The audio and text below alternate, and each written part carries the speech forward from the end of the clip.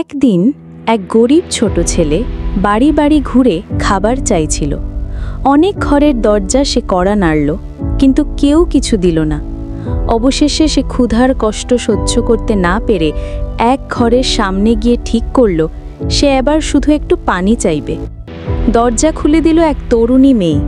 ছেলেটি লজ্জায় মাথা নিচু করে বলল, আপু, একটু পানি দেবেন? মেয়েটি ছেলেটিকে দেখে বুঝল সে অনেক ক্লান্ত ও ক্ষুধার্ত।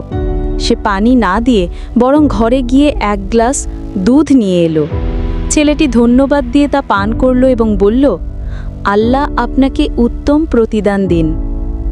অনেক বছর পর সেই মেয়েটি একদিন কঠিন অসুস্থ হয়ে পড়ল। অনেক চিকিৎসা করেও কিছুতেই ভালো হচ্ছিল না।